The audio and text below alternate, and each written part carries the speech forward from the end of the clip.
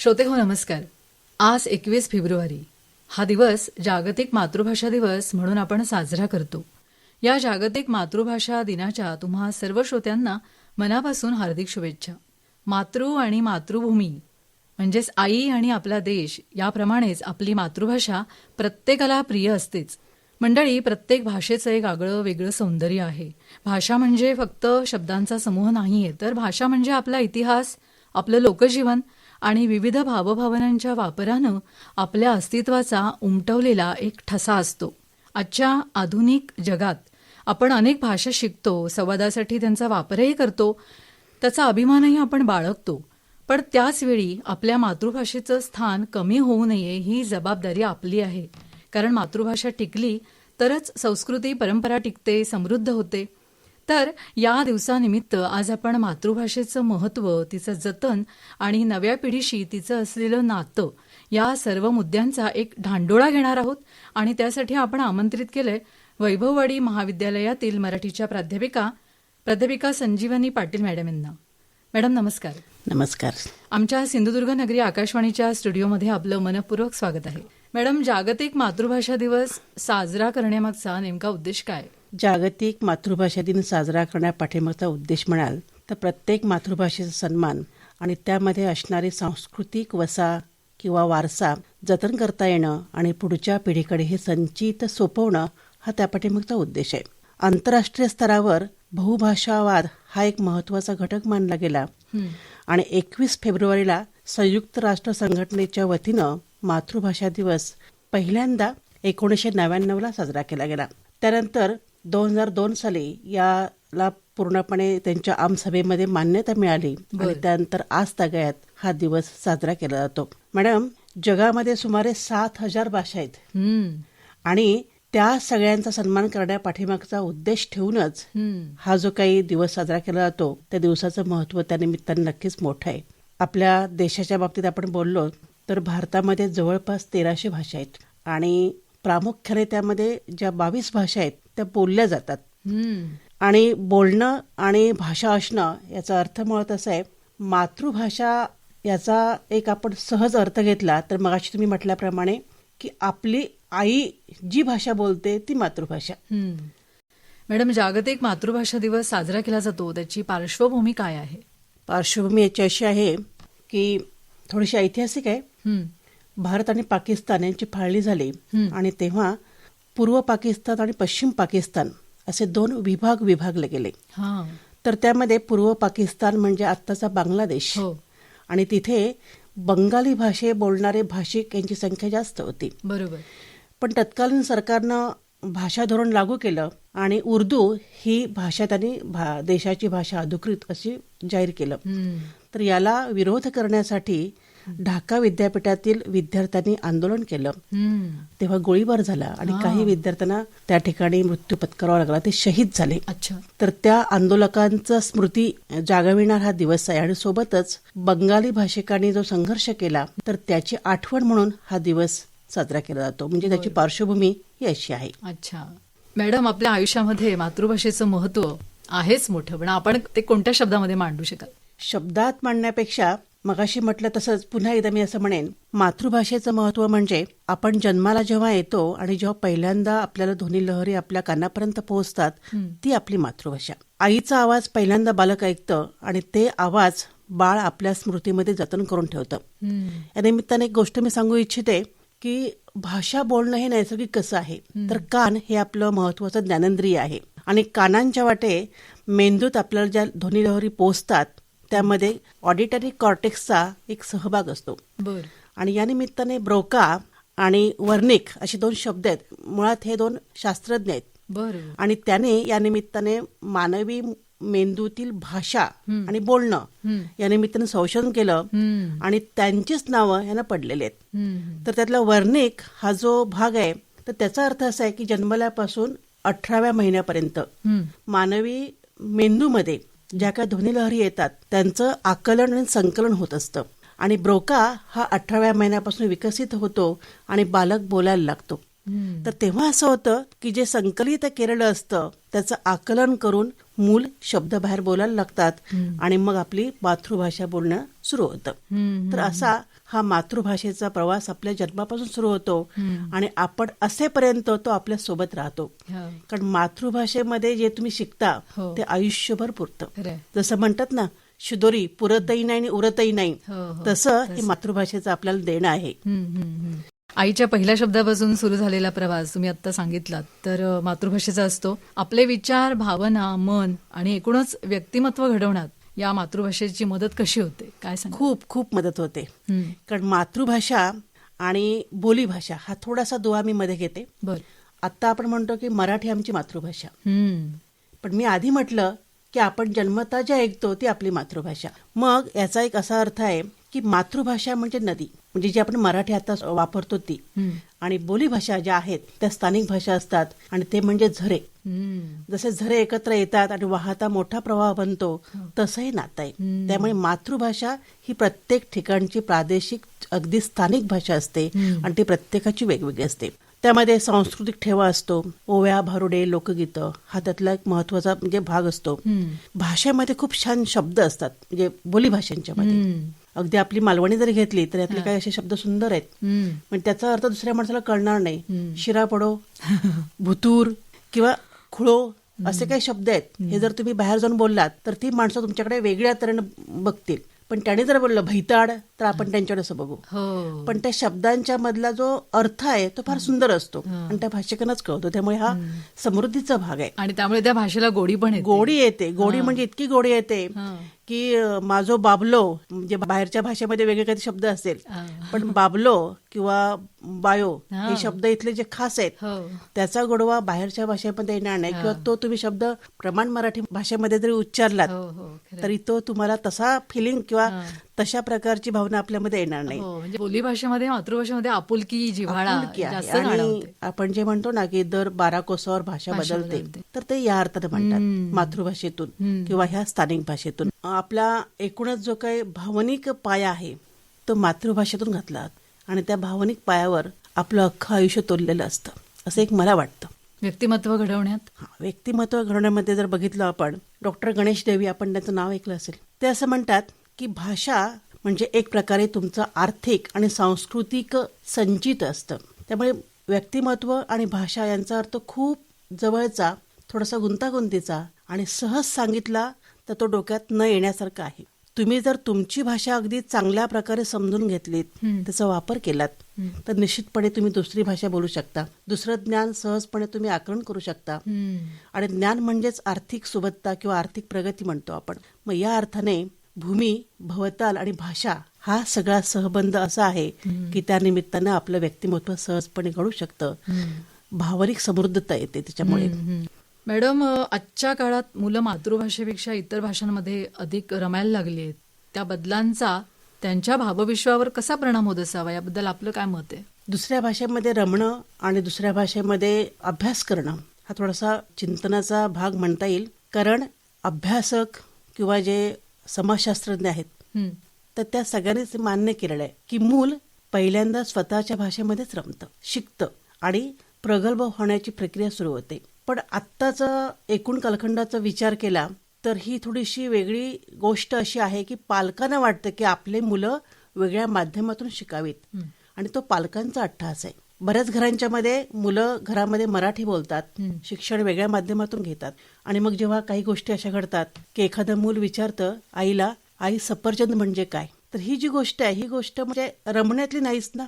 ते जर रमलं असतं तर त्याला ऍपल म्हणजे सफरचंद हे सहज कळलं असतं, तर तसं होत नाही. त्यामुळे ही मुलं रमत नाहीत, त्यांना रमवण्यासाठी अगदी हेतुता प्रयत्न केले जातात आणि मुलंही रमण्याचा मग देखावा करतात किंवा ठीक आहे आता करायचंच आहे म्हणून करतात, असं एक मला वाटतं. त्यामुळे रमणं आणि शिकणं या दोन्ही गोष्टी वेगळ्या आहेत. कारण एरवी ज्या मुलांचं माध्यम शिकण्याचं वेगळं आणि घरातली भाषा वेगळी, त्या मुलांची द्विधावस्था होतेच.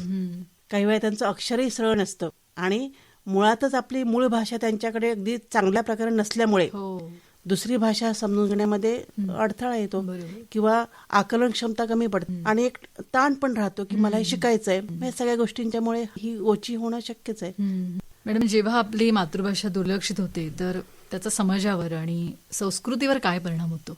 मातृभाषा दुर्लक्षित होणं म्हणजे एक प्रकारे सांस्कृतिक संचित हरवणं असतं. डॉक्टर गणेश देवी यांचंच वाक्य सांगते की मातृभाषा दुर्लक्षित होणं किंवा हरवणं, ते असं म्हणतात की भात आणि मासे नाहीसं होणं म्हणजे काय असेल, तर तसा काहीसा तो भाग आहे. हा जर विचार आपण शांतपणे आणि वेगळ्या प्रकारे केला तर भातच नाहीसं झाला तर आपण काय खाऊ, किंवा मासे हे इथलं मुख्य अन्न आहे. हो. आता आपण बोलतो तो आपल्या जिल्ह्यापुरती बोलतो आहोत, पण एकूण जगाचा विचार केला तर प्रत्येकाची भाषाही आहेच आणि त्यातलं तिथे प्रादेशिक खाद्य म्हणून काहीतरी असेलच. खरंय. तेच नाहीसं होणं किंवा दुर्लक्षित होणं म्हणजे असा हा भाग येऊ शकतो की फार मोठं नुकसान आहे. आपण जागतिकीकरणाच्या वाढत्या प्रवाहामध्ये असं पाहतोय की काही भाषा पुढे जात आहेत, काही मागे पडतायत.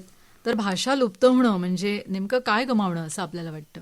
भाषा लुप्त होणं म्हणजे सांस्कृतिक संचित गमावणंच, पण सोबतच त्या त्या भाषेचं काही वैशिष्ट्य असतं, ज्ञानाचा खजिना असतो किंवा समृद्धता म्हणून जे काही वेगवेगळे शब्द असतात तर ते सगळं असतं.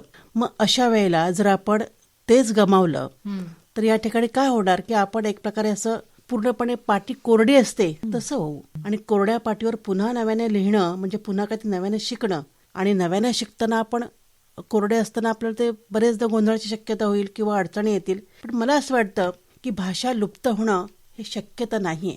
कारण गंमत अशी आहे, डॉक्टर देवी यांनी सांगितलेलं आहे की भाषा हे बोलणाऱ्या झाडाचं प्रतीक या अर्थाने मी बघतो. म्हणजे कसं की त्याची पाळमुळं जी आहेत त्या बोलीभाषा आहेत, फांद्या ज्या आहेत त्या अशा काही आणखीन भाषा आहेत, आणि जे आपण वापरतो ते झाड म्हणजे ती भाषा आहे. या भाषेवरचं आकाश जे आहे ते इंग्रजीचं आहे, पण आकाश काही झाडावर कोसळणार नाही, त्यामुळे भाषा सहसा हरवण्याचा धोका कमीच असतो. अच्छा. संस्कृत उदाहरण देता येईल की कधी काळी असा एक हे होता की संस्कृत भाषा तिथे मुख्य होती, आणि नंतर काळ बदलला, पुन्हा काही नवीन प्रवाह आले, सगळं झालं, पण आज संस्कृत भाषा नाहीशी झालेली नाहीये, आहेच ना. त्यामुळे भाषा हरवत नसते, संख्या कमी होते, पण तरी धोका असतो काही भाषांच्या मध्ये. पण त्या निमित्ताने हे असं म्हणता येईल की भाषा हरवत नाहीत, बोलणाऱ्यांची संख्या कमी झाली की ती लोप पावते. आता ह्याच संदर्भात अशा कुठल्या भाषा आहेत त्या लुप्त होण्याच्या किंवा नष्ट होण्याच्या मार्गावर आहेत, काय सांगू शकाल? लुप्त होण्याच्या मार्गावर ज्या भाषा आहेत तर त्यानिमित्तानं मी असं म्हणेन की आपल्याकडे मुळातच ज्या भाषा आहेत त्या सगळ्या म्हणजे बोलीभाषा आहेत, आपण ज्या निमित्तानं बोलतो ते. तर जागतिक स्तरावर विचार केला तर जपानमध्ये होक्काइडोमध्ये ऐनू नावाची भाषा आहे, ऐनू. कोलंबियाची कामिन्सा, नेपाळची कुसुंडा, पेरू बोलिव्हियाची केचुआ, आयर्लंडची गेलिक या काही जागतिक भाषा आहेत की ज्या युनेस्कोने म्हटलेल्या आहेत की कदाचित त्यांच्यामध्ये धोका निर्माण होण्याची शक्यता आहे. आणि आपला विचार आपण केला तर अंदमानमधील स्थानिक भाषा आहेत, महाराष्ट्र आणि मध्य प्रदेश सीमा भागातील निहाली भाषा आहे, तामिळनाडूच्या निलगिरी पर्वतरांगांमध्ये असणारी तोडा जमातीची तोडा भाषा आहे, कोळी भाषा. आपल्याला वाटतं की कोळी भाषा सुरक्षित आहे, पण इथं पण असं काही झालेलं आहे की स्थलांतर, नवजागतिकीकरण आणि व्यवसायाच्या संधी हे सगळं बदल झालेला आहे याच्यामध्ये. त्यामुळे कोळी भाषा पण याच्यामध्ये आलेली आहे. पारधी लोकांची भाषा आहे, वडारी भाषा आहे, आणि दुसरी जी आहे ती कादोडी भाषा आहे. तर अशा ज्या काही भाषा आहेत ह्या भाषा थोड्याशा अशा स्थितीमध्ये आलेल्या आहेत की आणखी काही कालखंड गेला की हरवतात की काय, असा एक धोका निर्माण झाल्याची भावना व्यक्त केली जाते. हरवलेल्या अजून नाहीत, पण या भाषा अशा आहेत. मॅडम, डिजिटल युगामध्ये भाषा मोबाईलच्या स्क्रीनवर आली आहे, आपण पाहतोय. तर या मोबाईल, इंटरनेट आणि सोशल मीडियामुळे मातृभाषेला फायदा होतोय की तोटा? याचा दोन्ही बाजूने विचार करता येईल. फायदा म्हटलात तर सोशल मीडियामुळे सगळे लोक लेखक झालेत किंवा सगळे लोक लिहू लागलेत. पण ते एक चांगली गोष्ट आहे की कधी काळी सगळ्यांना व्यक्त होता येत नव्हतं. मग ते विचार असतील, काही आणखीन काही असेल, जोक असेल, काही असेल, कविता, आता त्याचा एक फंडाच निर्माण झालेला आहे. तर ते व्यक्त होता येणं ही चांगलीच बाजू आहे. त्या निमित्तानं लोकांना विचार सुद्धा थोडाफार करता येतो.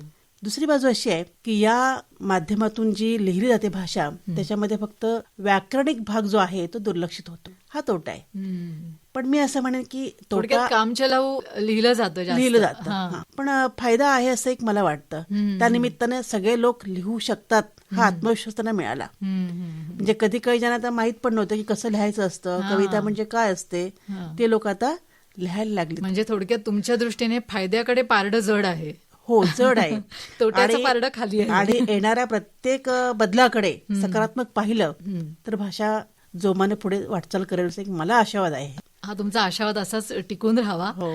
मॅडम, विद्यार्थ्यांच्या मनात मातृभाषेबद्दल प्रेम, आपुलकी आणि अभिमान जागवण्याचं कार्य शिक्षक चांगल्या प्रकारे कसं करू शकतात? काय करायला हवं असं तुम्हाला वाटतं? तुम्ही एक शिक्षिकाच आहात, तर काय सांगाल?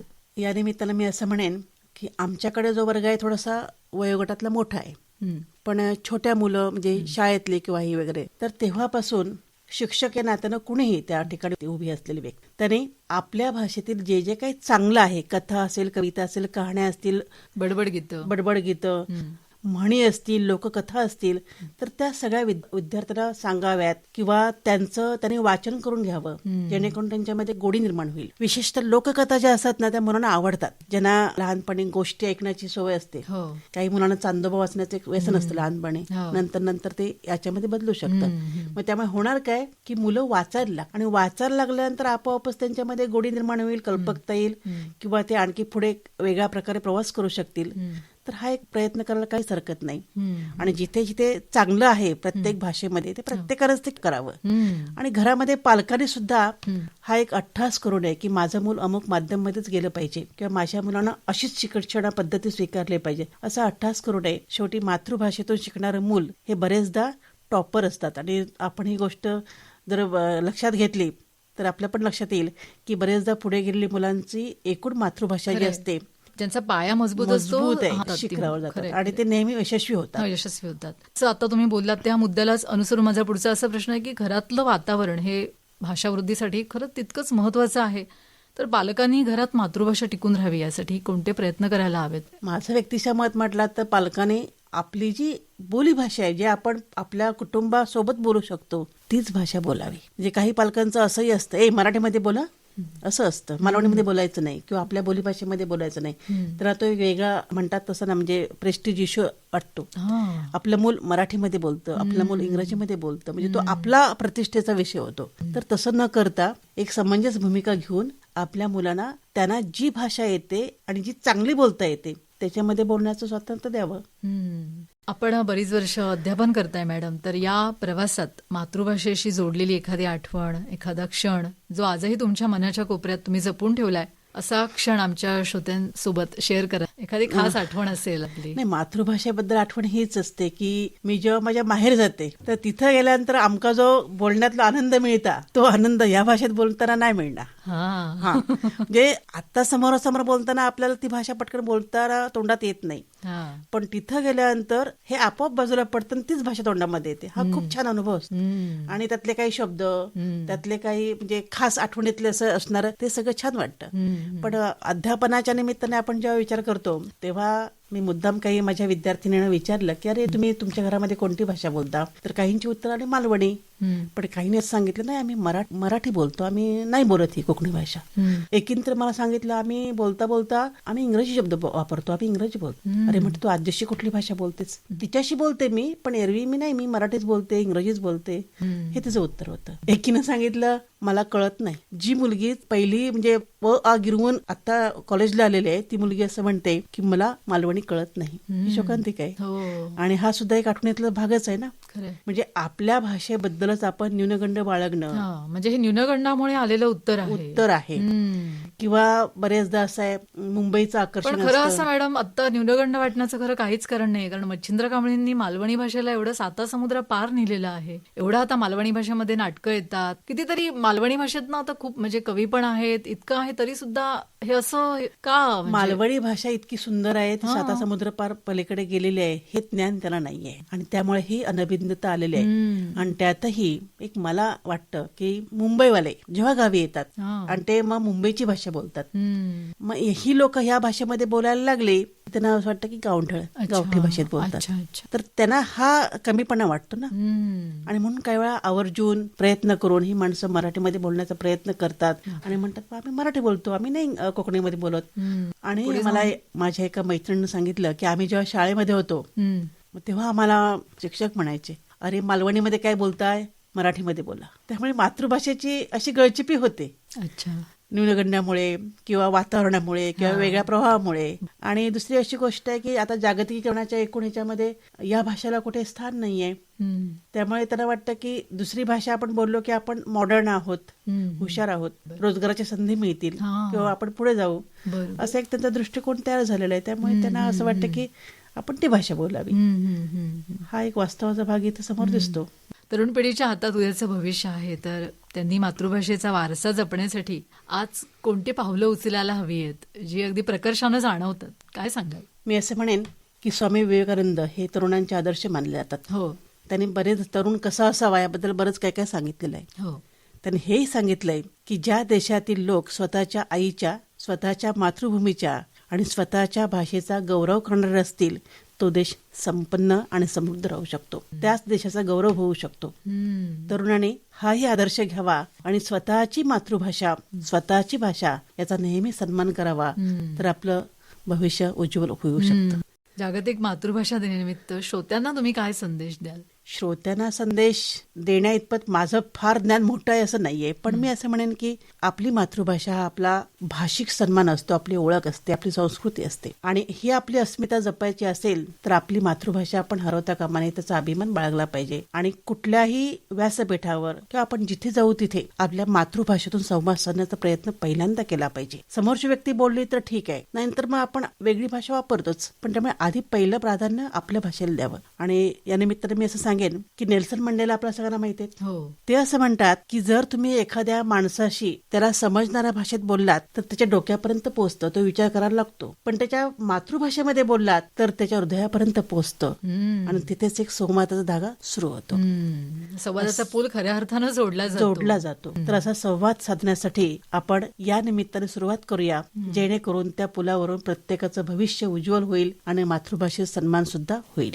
श्रोते हो, आजच्या या पाटील मॅडमच्या सुंदर संवादातून एक गोष्ट आपल्याला प्रकर्षानं जाणवते, ती म्हणजे मातृभाषा जपणं म्हणजे केवळ भाषा टिकवणं नाहीये, तर आपल्या मुळांशी आपलं नातं जपणं. मातृभाषेचा गौरव करून, शब्दांच्या मुळांना जपून आपल्या संस्कृतीच्या सुगंधाला टिकवणं. आपल्या मातृभाषेचं जतन आणि संवर्धन करण्यासाठी केवळ एका दिवसापुरतंच स्वतःला मर्यादित न ठेवता आपली ही सामूहिक जबाबदारी ओळखून आपल्या रोजच्या जीवनात, आपल्या बोलण्यात, लेखनात, विचार करण्यात आणि भावनांमध्ये ही भाषा प्रेमाने जपण्याचा आपण मनापासून संकल्प करूया आणि पुढच्या पिढीपर्यंत आपल्या मातृभाषेचा हा वारसा पोहोचवूया. पाटील मॅडम, आपण आपल्या व्यस्त वेळातून वेळ काढून आज इथं आलात आणि अतिशय सुंदर, अभ्यासपूर्ण, आपुलकीच्या शब्दांनी श्रोत्यांशी संवाद साधलात, योग्य मार्गदर्शन केलं. यासाठी आमच्या आकाशवाणी केंद्रातर्फे आणि श्रोत्यांच्या वतीनं आपले मनःपूर्वक आभार. आपलेही मनपूर्वक आभार. त्या निमित्ताने मला व्यक्त होता आलं. धन्यवाद.